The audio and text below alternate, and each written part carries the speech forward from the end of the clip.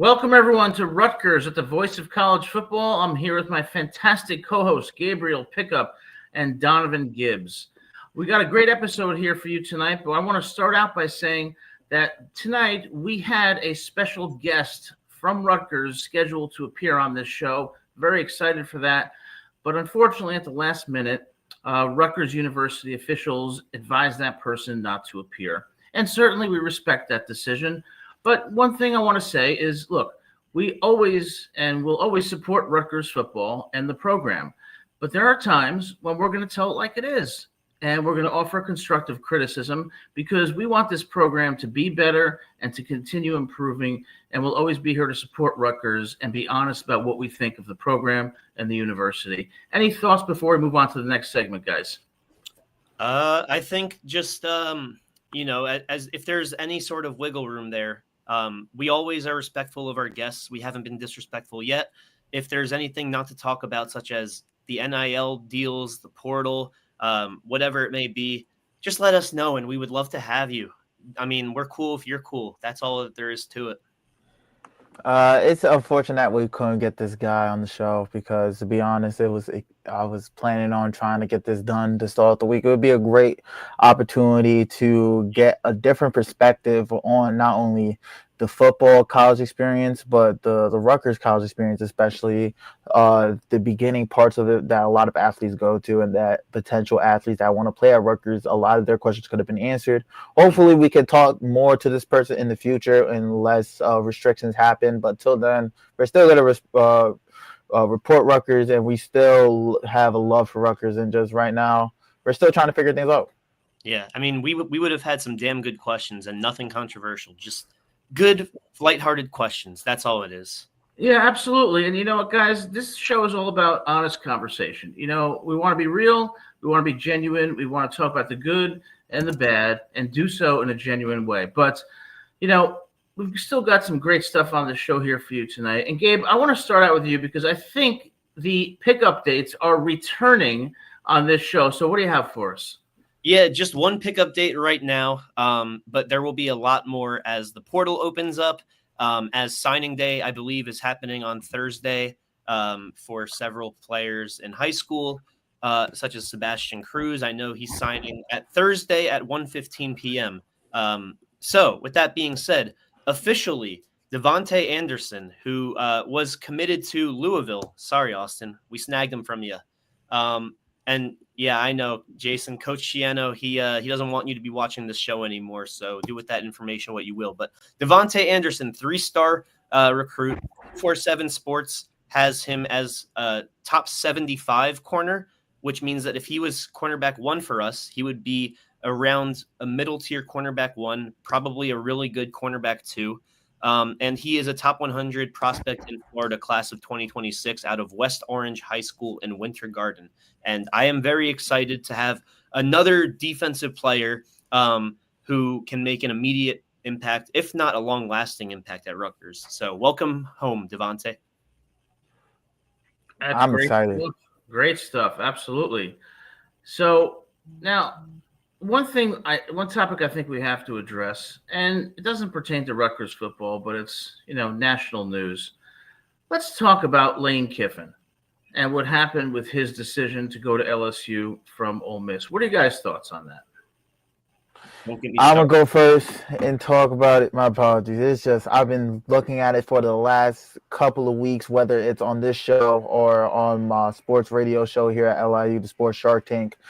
We've been talking about where is Lane Kiffin going to go, and just the enigma that is Lane Kiffin from the come from behind, basically the comeback story of the ages when it comes to college football coaches, to now Marty Smith, an ESPN reporter, having go through the depths of hell just to get this interview done with Lane. Like, I don't know if y'all were able to see the clip of the interview, but he had to go to some abandoned lot in the middle of Mississippi just to talk to Lane Kiffin about his decision. It felt like one of the odder decisions on television since, I would say, LeBron, when he made his decision back in 2010 to go to South Beach.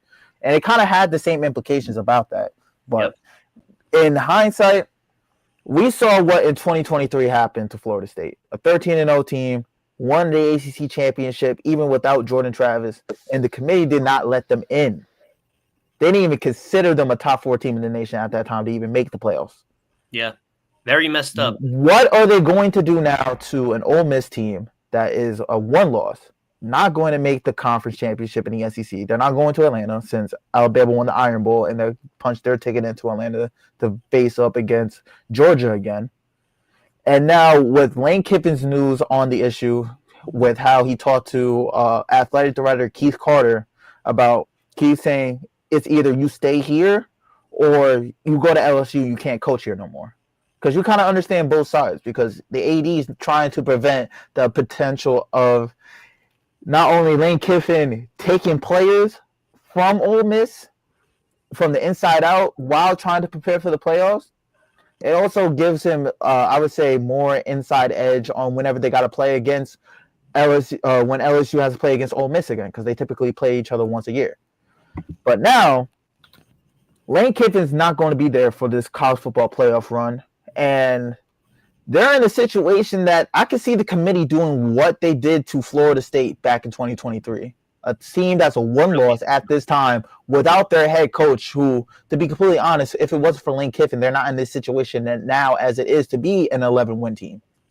They're going to most likely miss the playoffs, and I'm going to be surprised, genuinely, because the players that worked their butt off to get to this point, to even get Ole Miss to the relevancy that it is in Oxford, to even be a top 10 team in the country, despite one tough loss to Georgia, in which Trinidad Chambliss played good for most of that game, and there were only it was a 1-score loss.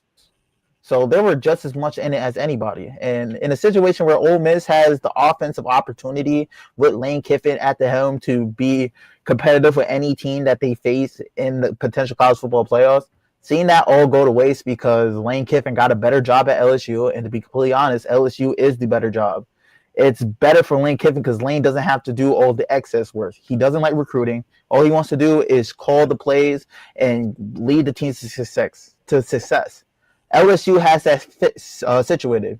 They got their defensive coordinator coming back. They got Ed Orgeron looking like the potential head of recruiting in Louisiana. As we've seen, Ed Orgeron is a really good recruit. He's a really good recruiter. He's been one of the great recruiters in regards to finding guys in Louisiana. Louisiana is a college football rich state, and a lot of good high school prospects come from the boot. There's no argument about that. So Lane Kiffin is at the better job. But I just want to add real fast, because I'm sorry I've been long-winded about this. Florida got screwed. They still got a good coach, though, right? That's no shade to Tulane. The thing is, for Florida, going from Billy Napier was just in the same situation Summerall was in. He made a Louisiana Group of 5 school a 10-win team. Napier did that with the Raging Cajuns back in 2021. And 2022. It feels like deja vu all over again, and Summerall got paid half of what Kiffin was getting paid because, to be honest, Florida thought Kiffin was going to be assigned the deal 2 months ago. That's why they got rid of Billy Napier to begin with. And LSU was able to say, no, well, if we put them together, we know Lane's going to come over here, and they did that. And now Florida's got screwed, and to be completely honest, Auburn might have just dodged the bullet as well, because they were most likely going to get Summerall if Florida got Kiffin. Yeah, and Jason, I mean, Donovan, too. I think that you guys hit the nail in the coffin. That Florida, in my opinion, was never getting Lane. It didn't feel like a good fit. Nobody thought outside of Florida it was a good fit. When it comes, you talked about the job, and I agree that LSU is the better job for Lane long term, but I think it was a little bit closed-minded that the deal had to be accepted before the season was over, and I don't think Lane considered that, because of how lucrative the offer was and the university's history. I don't think he considered that maybe I have enough leverage that I can say, screw your deadline, you give me until the end of this year no matter what, and then I'll consider your job. And I think they would have given him until the end of the year if he pushed the boundary. And honestly, that's what you're supposed to do with a job. You're supposed to finish the job you start, and you work so hard to do. So I don't believe that Lane handled this well at all, but I've made that very apparent. Now, what has been sort of troubling me is I've looked at what Nick Saban has said. I've looked at what other guys have said about Lane's situation, and I think it's true. It's a bigger deal for college football than it is about Lane. Now, Lane didn't handle it extremely well. He actually has posted 19 things on his Instagram story defending his decision in the past 24 hours. So clearly there's some room there for a little bit of indecisiveness about was it morally right. I'm not saying I wouldn't take the job because of the money. I'm just saying that it feels like the issue is bigger. It feels like the issue, and I'm hoping it can be looked at in the offseason, is you cannot be able to poach a coach during the season. I think it should be treated the same way as tampering with players. It should be treated the same way as a player wanting to be released from his contract. If it's a mutual decision, great. If not, you wait until the end of the year and you make it known to your front office, hey, I want to consider this other job. But you do not go about it in the middle of the season. And as long as they're allowed to do that, it's going to keep happening. But I think that college football as a whole has to take a look at this. Yeah, and I think there's a few things I'd say about this situation. Number one, about Lane Kiffin himself. I don't think it's appropriate to judge Lane Kiffin. He has a family, and like everyone else, he wants to go to the jobs that are going to give him the most chance to be successful, namely to win a national title. Now, the question is, did Lane Kiffin handle it correctly? And I think this is where it gets in that gray area, because there are some people that are going to feel that sense of loyalty to Ole Miss, and that are going to feel like, I built a program up that traditionally is not very good into national title contenders this year. So what I'm building here at Ole Miss doesn't necessarily make LSU a better job. Just because LSU has 3 national titles in the last 25 years doesn't mean that he's going to a better job. What he's going to face is a tremendous amount of pressure. And I also think he's going to have that regret of what could have been at Ole Miss had he stayed and continued building a program. Because if you want to have a legacy, the best legacy you have is when you build a program that's down into a title contender like Saban did when he came here in 2007. Now, LSU's also got to worry about Lane's loyalty to them.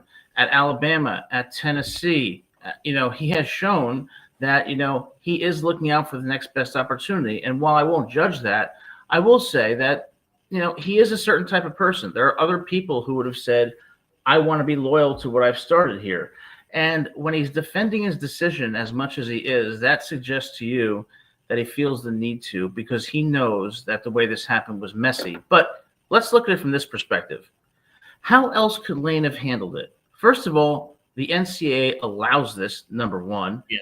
And I guarantee you that LSU said to him, look, we want you. We're not waiting until the season's over, so the door's going to close. You got to make a decision now. So they probably put him in a very difficult position. So I'm not going to judge him for that. But ultimately what I will say is I would consider some people, including myself, not that I matter, just different. Yes, you do. You matter. Well, different from Lane Kiffin in terms of the values I hold.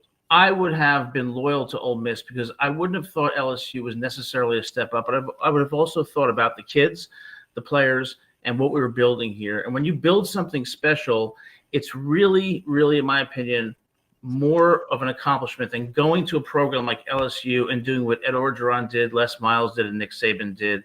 And I believe he made the wrong decision, but I do wish him the best of luck, and I do not judge him. I got 2 things just to counteract with that. The first thing is, Adam, you were mentioning Lane Kiffin saying that he's always going to look for the next best opportunity. What school would be the next best opportunity for Lane outside of LSU? I mean, at Alabama. this position, Alabama. With this position, though, with this amount of power and money, it's tough. If Kalen DeBoer leaves Alabama in 2 to 3 years, you can bet that is Lane Kiffin is going to go to LSU is really good, though. Maybe they're okay this year, but not Alabama. They have a really good recruiting pipeline in Louisiana, and you got to understand, Nick Saban said it himself.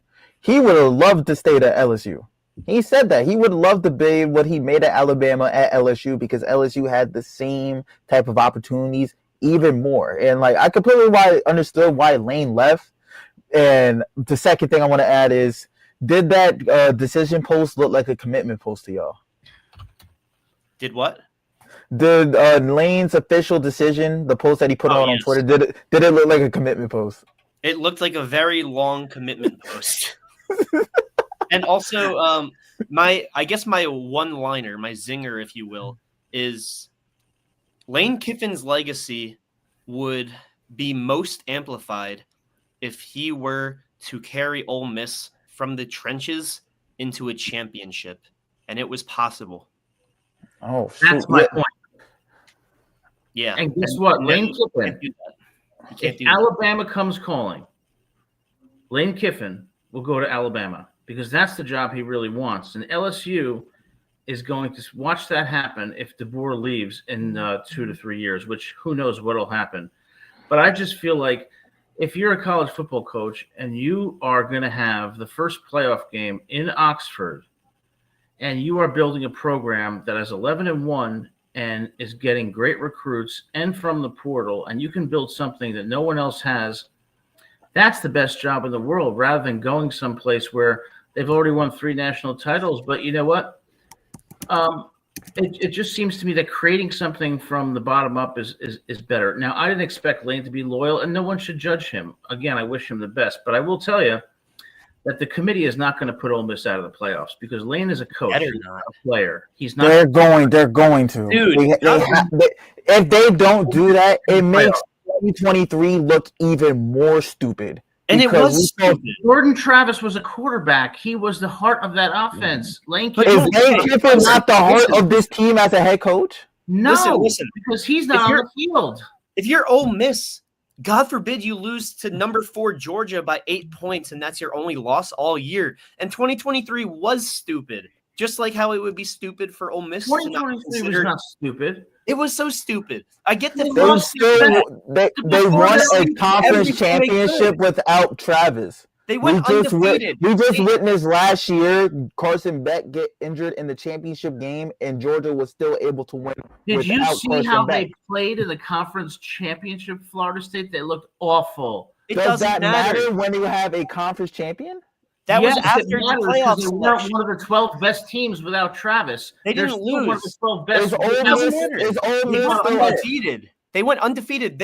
Who cares if their schedule is easy? If you're a Power 4 conference team, you go undefeated. You do what you can with your schedule. That was not the same team. I know they wouldn't have won the championship, but that was stupid. I just want to ask Adam, and then I'm going to ask you, Gabe. Is Ole Miss still a top 12 team in the country, even without Lane Kiffin coaching? Yes.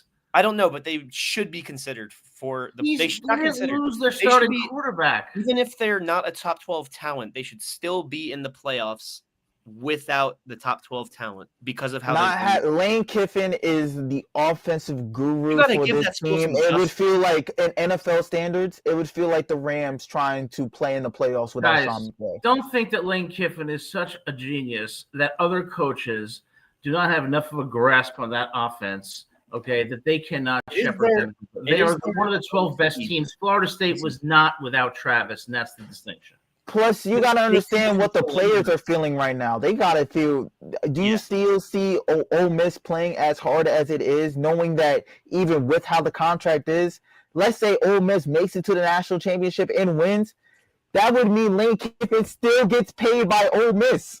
They're not considering that. They're considering their own names. They're considering their NIL deals for next year, their draft eligibility for this year. What they're considering is this coach left us, but he's not out there on the field. They've had this talk already. I wish to be a fly in the wall on that Sunday discussion. Me too. Yeah, one thing I want to point out, too, is, you know what? On this show, we debate each other. And we have sometimes heated debates because we respect each other, and that gives different perspectives, unlike some other shows. And that's positive of this show, and I hope people appreciate that so that you can ultimately form your own opinions. That's why our fantastic co-hosts, Donovan and Gabe, add so much to the show. So I want to thank you guys for that. Yeah, I mean, I love these kind of debates because we're here talking Rutgers, and I love Rutgers University, its program, and its players. But getting a chance to talk about these national topics, it's a nice, refreshing twist.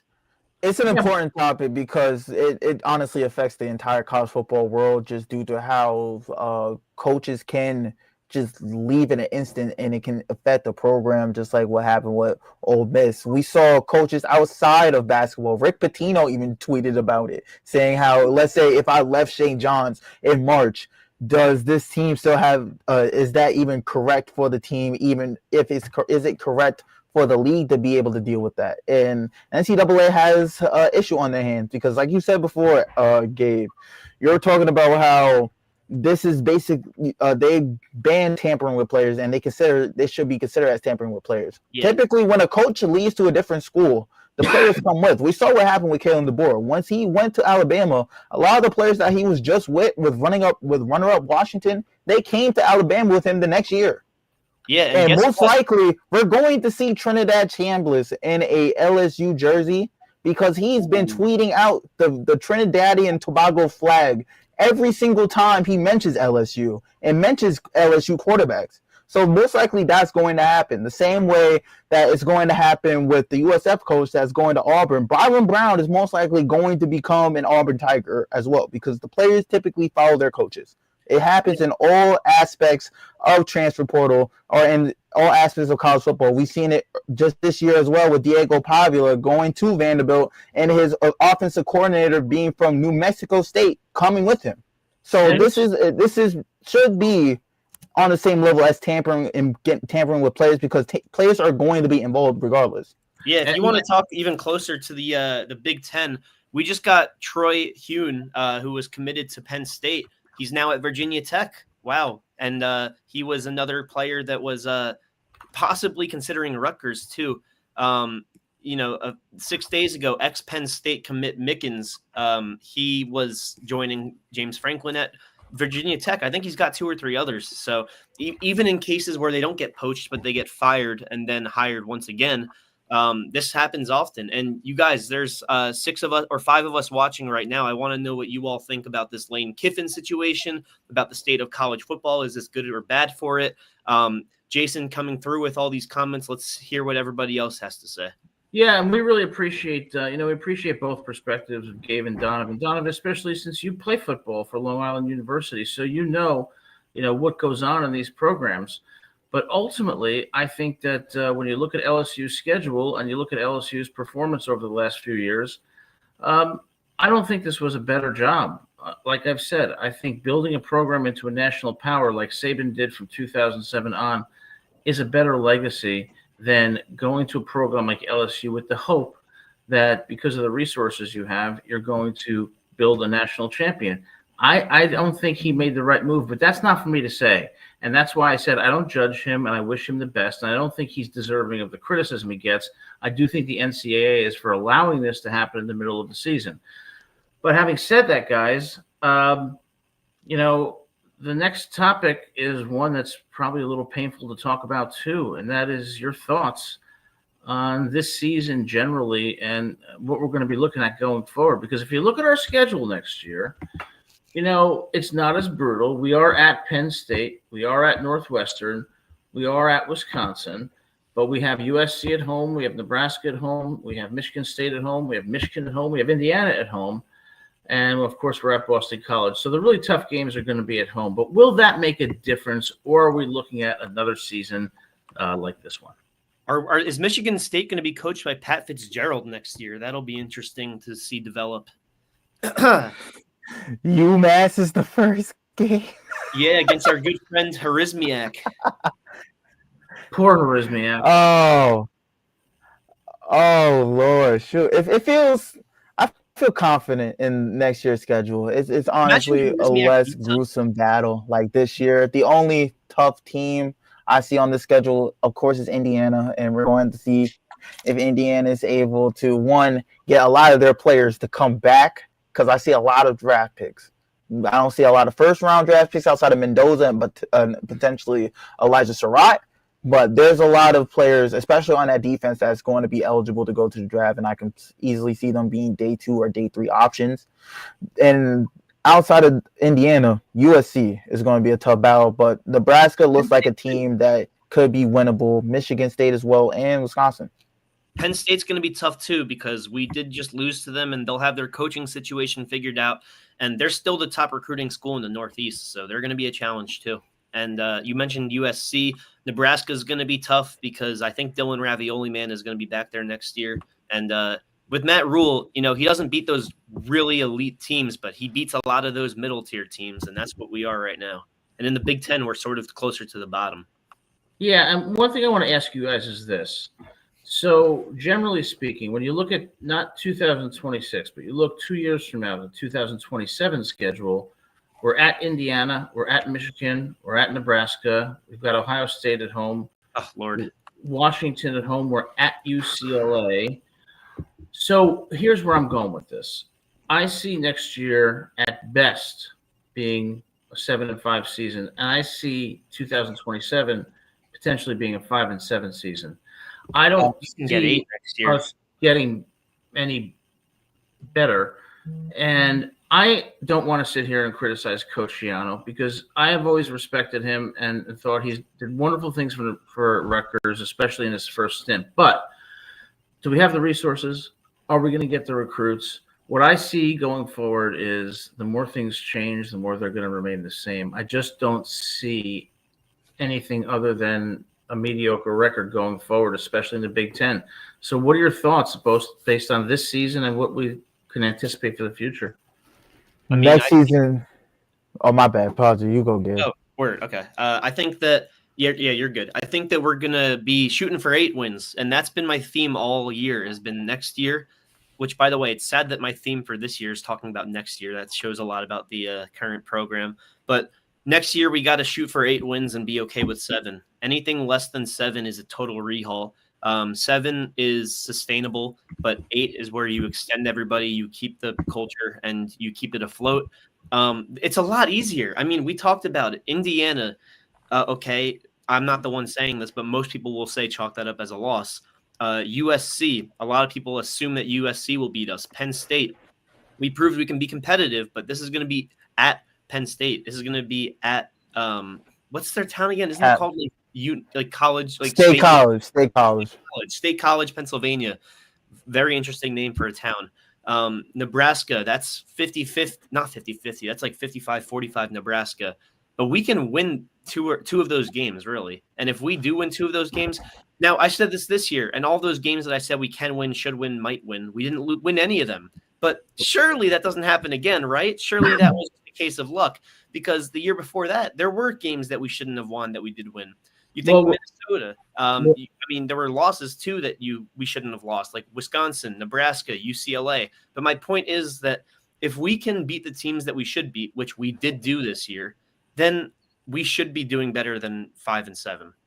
Well, we're going to lose to Penn State. We're going to lose to Indiana. We're going to lose to Michigan. We're going to lose. You can't say we're going to with Penn State though. We're going to in Happy Valley. I think we're going to lose at Wisconsin. There's 5 losses. You think we're going to lose at Wisconsin? No, they're not losing to Wisconsin. Oh, come on now. Okay. All right. And look what we did at Minnesota this year. Okay, Wisconsin did beat Washington. They did beat Maryland, I believe. Right, well, that's 5 losses. And to go 7-5, that assumes we're going to beat Nebraska at home. We're going to beat Michigan State at home. We're going to win at Northwestern. We're going to win at Maryland and at Boston College. Yes. Guys, I think this could be a 4-8 season. No. I truly see Rutgers being in the same situation that they were this year and going into conference play 3-0, because UMass is not going to be a problem, especially after them being one of the few teams this year in just Division I altogether to go winless. Boston College should be an easy win as well, because Boston College right now is more. They aren't really getting a lot of recruits at that, as well as the offense is under Bill O'Brien so far have been terrible. Howard is most likely going to be the same type of dominance that we've seen Rutgers have against Norfolk State, another HBCU school. But Howard does have, giving them some credit, they are one of the better HBCU schools in terms of football. Maryland, I truly believe that it's going to be up in the hands. I'm truly 50-50 with Maryland, because if Malik Washington is coming back under a second year, there's a possibility he might hit the transfer portal. But seeing how loyal he is to the Maryland area, because he is at the end of the day a Maryland kid, I truly can see him. If he stays, it's going to be 50-50. If he goes, 100% see Rutgers winning. Northwestern without Pat Fitzgerald is going to be one of those years where Northwestern comes back to reality and they recognize that they're more of a music theater school than they are a football school. Penn State at Happy Valley is where I disagree with you, Adam. If this team was able to, they're going to use this loss from this year, seeing that they was at home, and I truly feel like that loss this year during senior day is going to have the team next year fight with a fire under them. I talked to one of the players on Rutgers right after the game. He already told me how it is for next year, and I truly believe that a lot of the players on that team are going to have the same mindset for that. I still agree with how Indiana and Michigan are going to be 2 losses because, to be completely honest, if there's an opportunity for Rutgers to upset either or of those teams, it could be Michigan, but Indiana is going to be tough.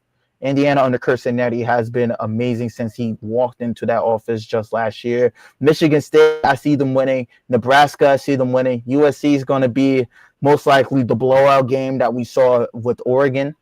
And Wisconsin, they're going to win against Wisconsin. Wisconsin doesn't stand a chance. This team went 2-10 this year. Yeah, Illinois might, or not Illinois, Indiana might make us look like Illinois next year. How has Rutgers performed on the road? They barely beat Purdue when the game was gifted to them. I think they're going to lose to Camp Randall. I think they're going to lose to USC. They're going to lose to Michigan. They're going to lose to Indiana. They could lose. They'll lose one of the 2 at Boston College or Northwestern.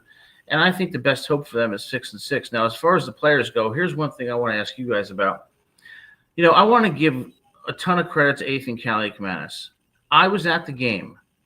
Ethan was outstanding against Penn State. And, yeah, I know the fumble, but look, he didn't lose the game for them. He's had an outstanding year, over 3,000 yards. We're not going to have Ethan Kaliakmanis. We're probably not going to have KJ Duff. We're probably not going to have Ian Strong, but we're still going to have that defense.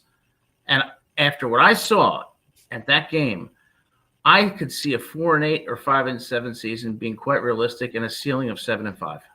Well, we don't have Ethan next year, and that blows. And Ethan deserves a shot in the NFL because what I saw in that game from was Max. What was his name? Max Brosmer? Oh, you're talking about from Rutgers, Penn State. Yeah. Yeah, Ethan was on fire, and his accuracy was unbelievable. And KJ, I mean, he is just an NFL receiver. Ian Strong is going to have a shot in the NFL. I think KJ is going to transfer to a Big Ten or an SEC school, and I think Ian is probably going to go to the NFL. Now, does that mean Ben Black can be the next star? Possibly, but we still have problems. With a new quarterback, A.J. Sarace, who I wish the best. Is Antoine Raymond going to be in the backfield? I don't think so. I think Antoine will be. I feel like if KJ or Ian is gone, they're going to be able to make sure they keep Antoine Raymond and Piscataway. Yeah, that's the guy we have stick around, especially because Shiano has always been a running type of offensive running player. backs guy. This year was kind of an exception because we saw out of Ethan Kaliakmanis, I would call it the best quarterback season in Rutgers history, and I think that if AJ can do 80% what Ethan did last year, or we get another portal guy who can also throw lights out, I don't think we're going to have a bad quarterback again. And the second we do, I think that we're going to get someone who can throw the ball. I really hope, and I'm hoping that I'm not just saying this and that I'm sort of manifesting it because it's just what I feel now, that Ethan sort of set a precedent about how a quarterback should play at Rutgers. If we have reach back to earth somehow and look like a sustainable defense, because it's going to be 8 to 10 new guys back on the defense once again. And so it can't really get worse. And my thing is my last point, and I was trying to make this point, but I forgot. I didn't realize you were talking about the Rutgers Penn State game still. And this is with all due respect to Mr. Max Brosmer, but if he can get a job throwing a football in the NFL, Ethan Kaliakmanis can absolutely get a job throwing a football in the NFL, because what we saw out of him for Minnesota yesterday was abysmal. And he played not better than Ethan did at Minnesota. So I think that Ethan is NFL bound. It's just, I'm not saying he's going to get drafted, but he will be on a team. I think he has a good chance of being a backup on a team. I mean, and that's saying something, because he deserves credit. But, when we're going to be losing what I think is the bulk of our receiving core, And I think Antoine Raymond, who reminds me very much of Kyle Monangai, a violent runner. I mean, fantastic. But I think, if Ohio State comes calling, or if Georgia comes calling with some money, you may not see him. But again, I go back to this thing with the defense. What is our defensive line had 3-4 sacks all year? 6 all year. Okay. And our secondary got torched. So are we going to make the kind of overhaul that's going to turn us into a defense that can stop Michigan, even Nebraska, certainly not USC, at Penn State? I don't think so. And I think my question for you guys is, when it comes to Eric O'Neal and Bradley Weaver, do you think that this was a season where it showed they need more development, or do you think it showed that they're just not up to the task in the Big Ten? What's your thoughts? Well, they're seniors, aren't they? They are seniors. Oh, they're seniors? I'm sorry. I thought they were juniors. My bad. They're seniors, and I would say on the Eric O'Neal standpoint, because Bradley Weaver, he had a good year in the MAC, but a lot of the MAC players so far this year, especially MAC transfers, didn't do as well so far this year. But going back to Eric, because coming into this season, Eric was coming off a year at James Madison, where James Madison honestly got put on the map. They were one of those teams. They were easily one of the best Group of 5 schools last year, as they are this year. And to be completely honest, they had a better defense last year than they did this year. And Eric O'Neal was a big part of that. He had, I think, 12 sacks last season. Only person that had more sacks than him was Mike Green. And he had one of the highest PFF pass rusher grades in the nation. And the only person that was higher than him as well was Mike Green. So if you look at the stats and just look at how he was graded by all the professionals and how he performed, whether it was in the bowl game where he was shooting the arrows that got Israel Adesanya to even give him props for doing the celebration, Eric looked like he was NFL bound. And he decided to say, you know what, let me take another year and let's see if I can do it against what NFL scouts look at, the two big conferences, SEC and the Big Ten. And he came to the Big Ten, and to be honest, he did have a downgrade of a year. He had less than twice of his sack total. He didn't really make that much of an impact in the tackle for loss game. He did show some good things on tape. He was able to maintain the edge against really good Big Ten tackles throughout the year, especially the Ohio State game. There was reps in that game where you saw him winning reps against good offensive tackles. And Purdue, he looks good too. He looks great. He looks fine towards the end of the year. That's a plus, but the slow start that he had and the numbers, it did definitely affect what he's going to try to do at the next level, and it definitely affected how a lot of scouts viewed him at the next level. And now he has to really bowl out at a lot of these off-season scouter bowls, the Shrine Bowl, and if he gets invited, the Reese's Puffs Senior Bowl. Well, let me ask you guys this question then. We've been talking a lot about the players. Let's talk about the coaches. What I saw from Rutgers this year was a failure to make adjustments and a failure of the defense to improve week after week. What are your thoughts on Coach Schiano and the assistant coaches, the DC, the OC, the position coaches? Because I felt like this year a lot of the in-game play calling was not good. And when I was at the Penn State game, what the hell are we doing with a fake field goal on 4th and 8? I think that the defense did improve, just very, very slim. What's the adverb for slim? Slimly doesn't sound right. Slightly. There you go. Thank you, Adam. That lawyer English knowledge coming in handy. But I think they improved ever so slightly because of the adjustments that they eventually made, which was the secondary got a little bit better, and not the pass rushing, but the pass pressure got a little bit better. And we saw Eric O'Neal get a lot better throughout the year from where he started off as a non-impact. And then all of a sudden against Purdue, against Ohio State, he looks like sort of the player we saw from him at JMU. And, Bradley Weaver, who we recruited as a run stop, he all of a sudden was getting some good pressure against the quarterback too. It's just a shame that some of these play calls cost us the season. The fake field goal cost us the season. You think sort of Well, I would say against Illinois, but against Illinois, that was probably our worst showing offensively. So I can't even talk about like the fourth down calls or anything like that. It just feels like when it comes to the staff, they are smart, but they are situationally flawed. And the calling for Greg Schiano as not a good game day coach, I will still say that he is easily the best recruiter we've ever had, the best overall coach we've ever had. But seeing some of the game day decisions, I don't know what's on him and what isn't, so I'm not putting all of it on him. But as a unit, it's his unit, and every decision comes back to him because of it's who he hires. Rob Smith, I know, wasn't the top priority when it came to the defensive coordinator. He was sort of I saw this really bad analogy, but I mean, he's sort of like the last option that you hire. And I'll tell you guys the analogy I heard after the show. I already know the analogy. Oh, you heard it? Nah, yeah. Oh, really? Oh my God. Yeah, I think I sent the link and then we saw it at the same time. But yeah, I just think, okay, Pat Flaherty, this was a down year for the O-line overall, and it was still a really good year for the O-line. It was just a down year for how it's performed in years prior. And I think that Gus Zielinskis feels like the safest, the most probable draft pick out of all of Rutgers. So I think that Pat Flaherty's done an awesome job. Kirk Sieroka, sure, the offense didn't necessarily show up against Oregon. It didn't show up against Ohio State, but what offense does show up against Ohio State? So Ohio State, I'm not even that to me is like cancel that one out because nobody performs well against Ohio State. The only game that I think we could have performed better offensively that we didn't was against Illinois. The rest of the year, I think Sieroka was the best performing staffer, or the best performing coach rather, or coordinator at Rutgers. And Greg Schiano, the recruiter, is an A, even an A plus.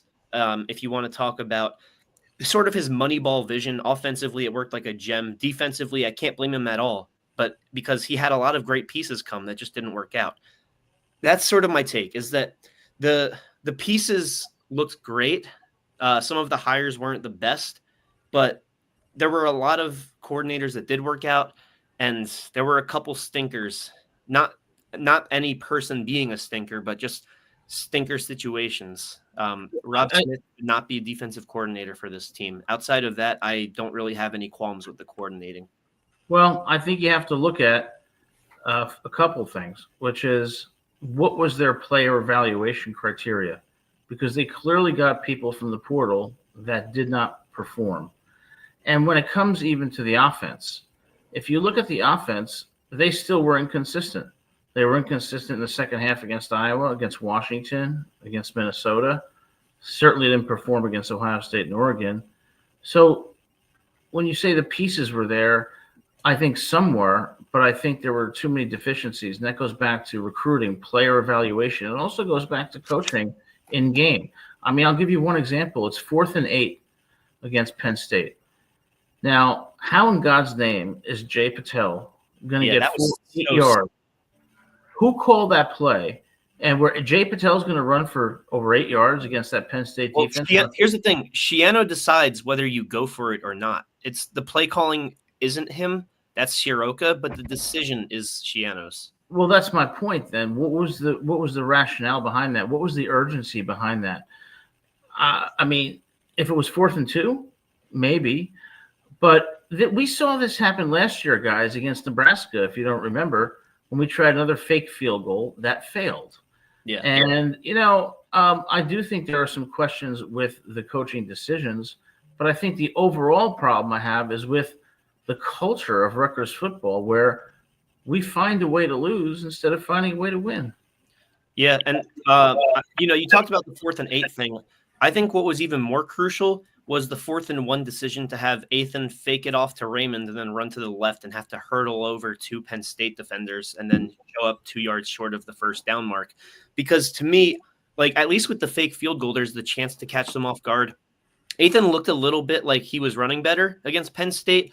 But to me, that's like the only thing he's not great at is running the football. So why would you give it to someone who's not great at running the football when you have an otherworldly, for college football terms, running back behind you? I mean, to me, it's like you feed Marshawn ball at the 1 yard line. Exactly. To be completely honest with you on that, the play was a read option. And if you look at it, Dennis Sutton on that play was crashing hard on Antoine Raymond. So even if he did hand the ball off, he wasn't going to get there. It was really good defense by Penn State. But I do have an issue with that play call, because the play call that I think we talked about it on Saturday, the play call that they did on the next on the 2nd and 7 was led to Aiton's fumble. That's what the play call should have been on that 4th and 2, because Kenny Fletcher would have gotten them the first down on that, because he was so wide open. Yeah, he had a great game for us. That was probably his best game as a Scarlet Knight, right? Well, wait a second. You said Dennis Sutton was crashing, right? Yeah, he crashed on Antoine Raymond. Where is he coming from? He's the defensive end. Yeah, it was read option, and they were running it to Zane Durant's side. Zane Durant is the defensive end on the right side, and they're reading Dennis Sutton on the left. Sutton crashes, and the linebacker scraped over, and that was just a phenomenal play by that linebacker. Jason, when you're saying based on film on PSU and you thought it could work, are you talking about the fake field goal or the 4th and 1, 8th and keeper? I think you mean the keeper, and I would be inclined to agree. I think that what he should have done is maybe have, instead of a run option, have an RPO.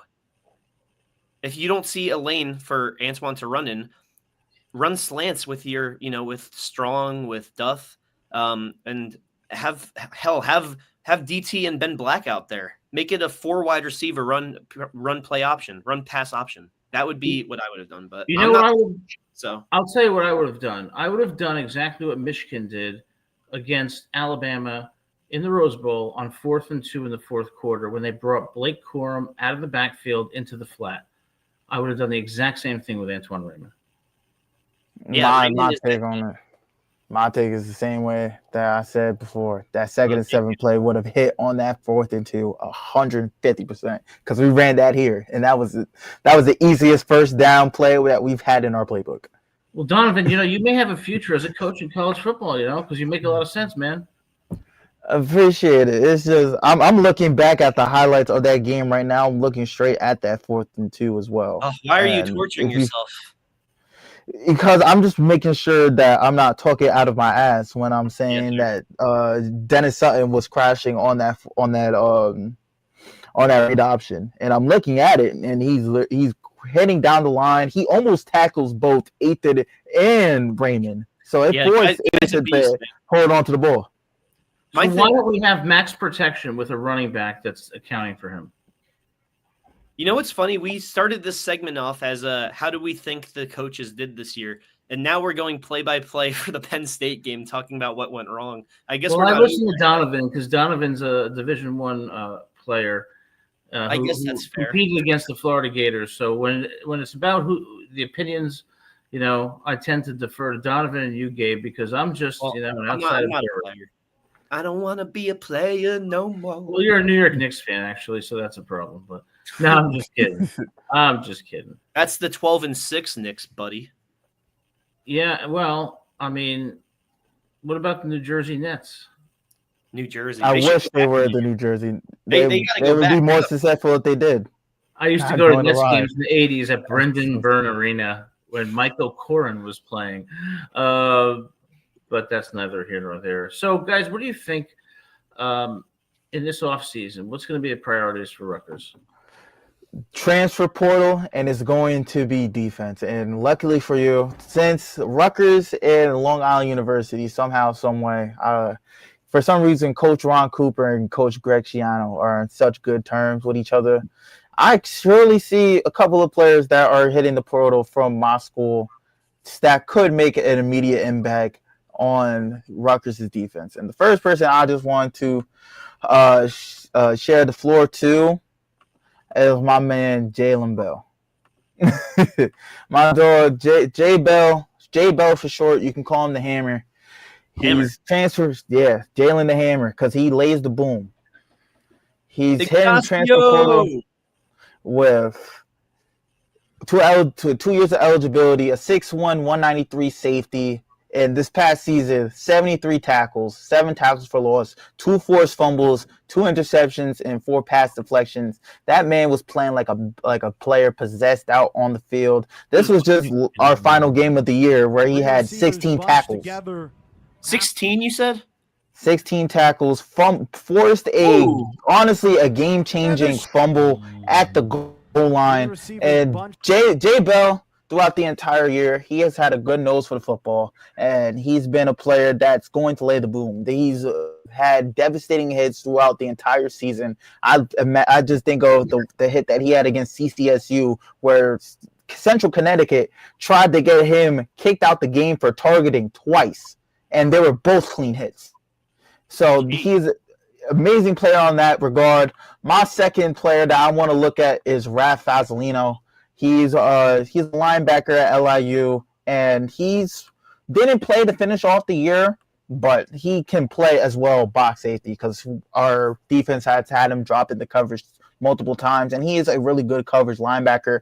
He's a player that really knows the game of defense, and he's a guy who's always in the film room, and he just knows how to get in. He knows when to attack, and he knows when a play is a run and when a play is a pass. 112 tackles on the year, 182 solo, 20 tackles for loss, 1 sack, 5 pass breakups. Against the game that we mentioned earlier against Florida, he had, I think, 7 tackles for loss against the Gators. And against his time of playing against Eastern Michigan in week 2, he did the same exact thing. He was flying around, absolutely flying around against Florida. Nobody was stopping him in man possess. This was against the first team still. As you see Lagway still in there. Yeah, that was oh, my bad. I thought that you were still sharing that play. Did you say he was a middle linebacker? Yes. You know who that sounds like? That's like Demario Davis numbers in the NFL. Like that's straight up like 112 tackles and 12. You say he didn't even play all 12 games?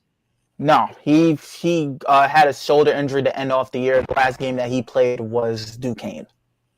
So he didn't play our final 2 games, but he was amazing. Yeah. He attacks. If you're able to see this is against Florida's first team.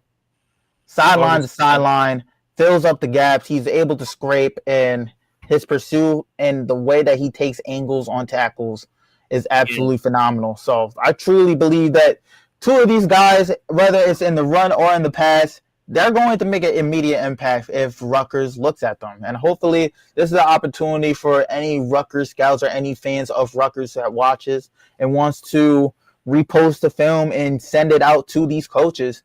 There's an opportunity to potentially have Rutgers have 2 other great players that came from LIU. Yeah, I mean, it's not a secret that we get guys from LIU, and those sound like 2 good guys. Speaking of safeties, it's funny because Jet Elod this whole year has played like one of our better defenders, and he was fighting a legal eligibility case all year, and right before Penn State, it gets overruled, but he appeals and gets to play against Penn State. So now whatever decision happens, it affects him not at all. Like he played a whole year, and they can rule that he shouldn't have played this year, and he still played this year. So shout out to Jet Elod fighting to stay on the team. At the end of the day, even if the defense didn't look that great out there, he definitely wasn't really hurting the team. He had a couple of bad plays in the first few weeks, but he, like Cam Miller, like Bo Masco, like Eric O'Neill, certainly improved as the year went along. And Jason, I saw this that a couple of UConn guys might be in the transfer portal for us. I'm very intrigued because, unfortunately, with Rutgers, most of our talent comes from or not necessarily unfortunately, but I'm just saying that based off of how this past year went, because you saw Eric O'Neill, Bradley Weaver kind of underperform. But it seems like a lot of these guys come from FCS schools, so it'll be interesting to see who UConn gets, if those guys at LIU are in play. And yes, the Louisville commit in question, we went over him earlier, Devontae Anderson, the cornerback. And yes, he is very speedy. I believe class of 2026 out of Florida, so I'm excited for him. Do you guys think that AJ Surace is our quarterback next year? Or do you think, because I got this feeling that even though AJ Surace did have his moments out there, and I believe he should get a chance, I got this feeling that we're going to go out and recruit someone. Or we ain't going to know that answer to the question until spring game. Yeah, I agree with that. And I think one of the most important things that they have to focus on in the next 9 months is getting a defensive line and edge rushers that can pressure the quarterback. That is the biggest thing, because great defense starts in the trenches, and we were just not competitive in that regard. Did not disrupt quarterback's timing, did not get pressure. That's what we have to solve on defense, because it all begins with that. Because how is the secondary going to be effective if you're giving the quarterback 3-4 seconds to throw every time? And you saw that even against Penn State. What if we got a Johnny Shepard back? He left because he wanted to play. So he goes to Washington State, but then he doesn't get to play there either. And they overperform. They're 6-6. So clearly they're okay with their quarterback. Would you guys welcome back a Johnny Shepard if he declared for the portal, and then him and Shiano sort of had a coming back together moment? I welcome competition. 100% at the end of the day. The players come back from the portal all the time. My apologies. No, you're good. I think a Johnny Shepard is a good target. I don't really know who else would be there, and they do really like Surace. I think that Surace should go into camp as QB1, and any other quarterback should have to earn it, unless we get one of these top quarterbacks in the nation out here deciding they want to put Rutgers on the map. And I wouldn't necessarily be opposed if anyone did want to do that. Well, the best way to do that, I think, for a program like Rutgers is to not get a quarterback that's already a star, but to get one that is an emerging star. Because otherwise the top-notch quarterbacks are not going to come here. You got to be able to identify that talent. But I think our offense is going to have some challenges next year with what I anticipate will be some big losses. But even if the offense is outstanding, without a credible defense, it will be a repeat of this year. So I think huge focus has to be on that defensive line. Ignacio, you're not a Shepard guy, huh? I mean, he didn't really play at Washington State, but we don't know how significant the QB1 to QB2 situation was. They did go 6-6 this year, which is a lot better than we thought they would be. And I do agree, Jason, there's not necessarily a huge need for retreads, especially because Adam emphasized it that the more change that happens at Rutgers, the better. And that's not just because we need to flip a staff or flip positions.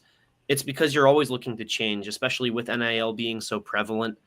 You need to constantly be evolving and adapting. And so change doesn't necessarily mean change of staff. It could mean change of staff, but it means constantly changing how you feel, your mindset coming into recruiting, into game planning, into game day, all of it. So I think that Johnny Shepard, if he were to come, at least it would be some competition. Yeah, and I think one thing that is important to point out is that this is just as about the coaches and the players. Kelly Zinn has a very important job here, a critical role in improving this program. And it starts with NIL, and it also starts with her making difficult decisions. I know she's in her first year here, so she's not going to come in here and rock the boat and disrupt the relationships that Coach Shiano has built. But at some point, it's not just going to be about how many millions you have in NIL. It's going to be about, can you get the players and the coaches that are going to bring you to that next level? And I suspect she's going to have some serious decisions to make in the next year or two, and I hope that she does that. Coming from LSU and a championship pedigree, I anticipate that her standard is going to be one that does not tolerate many more of these seasons. Yeah, you nailed it. You hammered the nail in there. And I'm interested too. I'm not even recruiting for KJ to stay anymore because I've gone through my 5 stages of grief, and I do believe that KJ is not going to be on this team next year. If he is on this team, holy hell will I be happy about it. But I don't think it's dependent on Ian Strong. He's his own guy, and he showed against Penn State that, I mean, it's crazy how one catch can open up so many eyes. He's on SportsCenter now. He's being shouted out by players both from Rutgers and across the nation, all over social media. And so he's everywhere. He's a superstar. probably got the most spotlight that a Rutgers receiver has had, maybe since the Sanu and Kenny Britt days. Yeah. Let me tell you something. That catch is a catch that probably only a handful of people in the world could have made. And that was unbelievable. And congratulations to KJ. And wherever he goes, if he does go, and any other Rutgers player, we wish them the best of luck. But what I want to hear from Kelly, let's not manifest that, though. He is not going to Ohio State. No. He's not going to have no space there. Ohio State just gets receivers. Yeah. Well, what I want to know from Kelly Zinn is, what is your vision for the program? What is your timeline for turning Rutgers into a program that Ohio State, that Michigan, that USC has to take seriously? And you're going to have a better NIL, but I think Kelly Zinn at some point is going to have to confront some difficult questions, and I hope that she has the courage to come up with the answers that may lead to, some changes at Rutgers. And I'm not saying firing Coach Giano, but changes to the structure and the culture of the program that are going to make us successful. Kelly Zinn is LSU, and I'm telling you, at LSU, they would never tolerate this. I have to believe she would have gotten. Do you think she would have gotten Lane Kiffin if she were still at LSU? Of course. Yes, I think she would have. The governor was trying to make sure LSU got Lane Kiffin. She would have got it done. That's true, Donovan. Yeah, Donovan's right. Miss O'Duck, how are you guys doing? Well, I guess I always say how are you guys because there's two of you in the name, but I know it's just Ben, right? Over at you got to give a shout out to that Oregon show. I've appeared there a few times. Fantastic show there with Ben and Spaz. Great people, and I look forward to going to Eugene next year, paying them a visit and seeing if Outson is really as crazy as they say. So looking forward to that. But what do you guys think? So when you close the chapter on this season, if I asked you, what are the three things that you take away from this season, what would they be? Well, it's unfortunate that we're not closing by saying, see you guys after the game on Saturday. I'll tell you that. That stinks. But what I take away is we got to maintain the talent that is possibly around next year that isn't out of reach, such as Antoine Raymond, possibly Ian Strong. I wouldn't put all your eggs in one basket for KJ because he's just too damn good. But if he wants to stick around, absolutely spend a few bucks to keep him around. That's number one. Number two is Rutgers fans, we have something to look forward to when it comes to change, and that's on the defensive side of the football. It's going to be 8 to 10 new starters out there. So whatever damage happened this year, we can brush it off our shoulder when it comes to next year and forget that this year even happened defensively. That's number two. And number three is it'll be interesting to have a whole off season for Kelly Zinn to oversee this football program. And I'm excited because we do have change coming. Whether it's good or bad change, you won't know until we execute some of these changes. So I'm a little more optimistic, especially because we have an easier schedule next year too. My top three list has to start off with a good old-fashioned outside looking in OLI. Remember when I came into this year right before the Ohio game saying that there was going to most likely be Monungai by association, Monungai by committee? Yeah. Between CJ Campbell and Antoine Raymond. It was never going to be that. That's the one thing I learned. Antoine Raymond, like you said, Adam, he reminds you of Monungai, and not saying that he is Monungai. They are both their own people, and they're both amazing running backs in their own right. But he definitely surprised a lot of people with the production that he was able to do on such short notice as well. Number three, I'm proud of the youth that played. Shu Giwa took advantage of his opportunities to get into games ever since going back to game 3 against Norfolk State when he made his first appearance in a game. He took advantage of his opportunities playing left tackle to protect Ethan. KJ Dove took the most of his opportunities going from a fringe wide receiver 4 at the end of last year to now being potentially 1A, 1B alongside Ian Strong. And I'm proud of that. I'm excited to see what the youth on this team has in store for the future. I did see some good things out of Robinson against Penn State, and he was their sophomore linebacker, making one of his first few starts that year. And there's a lot of good youth and a lot of young players and young talent that Rutgers has in the fold that most likely are going to have a bigger opportunity next year. And I'm excited to see how that rolls through spring, how that rolls through fall camp. And number 2, Gus Salinkas showed why he was a Remington Trophy watch list player. And to be honest, I don't think he's going to win the Remington. I hope he does, but there's a lot of other good offensive linemen and centers at that this season.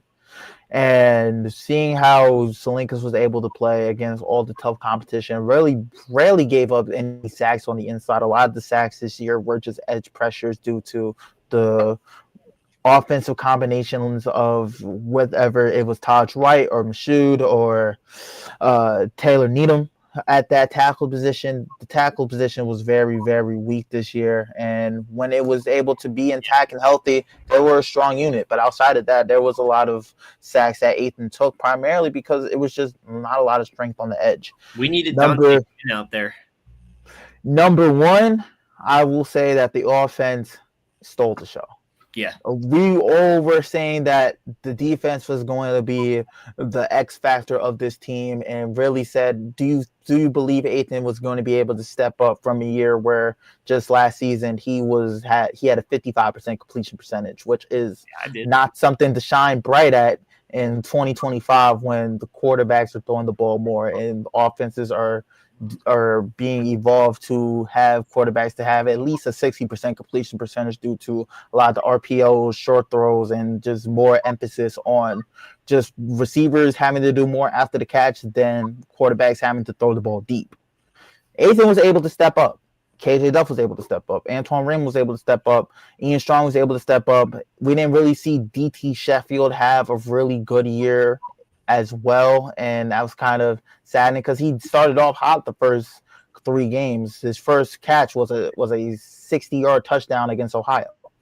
So it's unfortunate. It's nice to see that the offense shined, and then due to that, the defense was able to had to take a step back. And I just want to add one more honorable mention: the transfers this year just were underperformed, just in general. Yeah. For sure. It sucks that we didn't have any tight end presence until the last week of the season, too. Yeah, I mean, I think you guys both make great points. My 3 points would be, number 1, Kelly's in. Now, I know when you come into a new organization, especially a large one like Rutgers, you want to ingratiate yourself to the people and the fans and preserve relationships. At some point, Kelly's in has to be a leader. And I'm looking for Kelly's in to have a vision and exercise that leadership and make the tough choices that are necessary, whatever they may be. Number 2, I think that alumni of Rutgers need to support the program, because often people say things, and I think I saw it in the comments, that, well, they'll start giving you money when you start winning. Well, that's not how it works. It's when you give the money that the winning happens. And we need to have a lot of support from the alumni so that this program can be competitive in recruiting. And number 3, I think the coaches need to do things differently. They need to look at themselves and say, what can we do differently, and get away from their entrenched beliefs or assumptions and adjust, because adjustments were lacking this year. And if we do those things, we might start to be on a path to success. But lastly, I do want to thank all of the players, at Rutgers, because no matter how much, you're criticized, we realize that you work hard, you play hard, and that you give your heart and soul to Rutgers. And for that, we love you, and we'll always support you and always wish you the best. So, you deserve that credit, and you played a difficult season, but you did your best, and you deserve to be credited for that. And you deserve to have a chance to speak openly on a platform that will allow you to do so. Yeah, I agree. And Jason is sick and tired of me reiterating it, saying, dude, Kelly just got here. We get it. She has tough choices to make. That's the problem with me. Sometimes I get repetitive, but, I'm going to stop saying it. I was going to say that, Jason. I think Kelly's got more than enough to handle at basketball right now. So I think that's a little more dire. Right now, at least. I would say Rutgers basketball is just regressing to the mean. You got to understand, this team didn't even make the NIT and had 2 top 10 draft picks. They lost to Central Connecticut. Now, I will openly call for the firing of their basketball coach. Just saying. Central Connecticut, is that even a school? Yes, but they are good. The NEC basketball, despite how you see it, Central Connecticut and LIU are really 2 good schools. And LIU if we looked at the last couple of years, St. Francis made the tournament last year. Wagner made it the year before that, took Howard and was able to beat Howard in the opening bubble stages of March Madness. So, right, CCSU has a good program going on, and I hate to give them credit because I'm one of the few people that don't like to watch CCSU. They split the season series against LIU last year, and going into that tournament, it was supposed to be LIU and CCSU battling out in the championship. It ended up being St. Francis. This year, those 2 are tied literally at number 1 at the top of the conference. Hey, never forget CCSU is a legit basketball team. Never forget what UMBC did to Virginia, and never forget what St. Peter's did, making it to, what was it, the final, with the Elite 8, or was it the final? Yes, it was Elite 8. Yeah, shout out to the MAC conference, the Rider University conference. You know what's funny? We were so close to making March Madness that year, but we had a turnover, and we lost by 2 points to, I believe it was St. Peter's, and then they went on to beat Kentucky and make it to the Elite 8. Yes, but no one can ever top Sister Jean from Loyola. Shout out Loyola Chicago. I'm happy they won in her honor. Sister Jean sadly passed away recently, and that was so sad. May she rest in peace. They're winning for her. They're a good team. Yeah, she transcended religion too. Like, I love and respect her as a Jewish man, and like I'm sure that the whole world loves and respects her. And it's crazy because like a few months before she died, she took an interview at 107 years old via, I believe it was Zoom. And she was talking coherently. She was fine. So at least I say this for everything. When you have fun, you keep staying young. Yep. So that's what she had a young heart, young soul, and that's why she was able to enjoy every single day of her long life. And the fact that she was able to be such a super fan and be there for Loyola Chicago during that run in 2018, with it being like the first time Loyola made it to the tournament. It was their first time making it to the tournament in like 50 years or something. And they I think they either got the Natty one year or they made it far in like the 60s or something. I think they won it in the 60s. Yeah, you look at Sister Jean and you say, what a wonderful human being. And only we wish we could be as wonderful as she was. She was such an inspiration. And I also want to thank, everybody who's watched the show in the comments section. Jason O, hopefully someday you'll come on the show. But if not, I hope to meet you next year in Shea Stadium. I'll be in section 127. Jason O, just like the Heisenberg picture, walks amongst us and we have no idea. Yeah, Jason knows what he's talking about. He's definitely a top-notch fan, and we appreciate it. But, guys, we're going to be here every week for the next 9 months talking Rutgers football, recruiting and everything Rutgers football, and some Rutgers basketball if they can win a game. And hopefully, but also want to thank our co-host, Donovan, fantastic co-host Donovan and Gabe for just great commentary over the entire year. And our journey will continue each week until the opening game next August. So we'll be here every week and hope you are too. And if you like this show, hit that like and subscribe button. Always great to see you all. And guys, thanks for a great show. Of course, go Scarlet Knights. Go Scarlet Knights.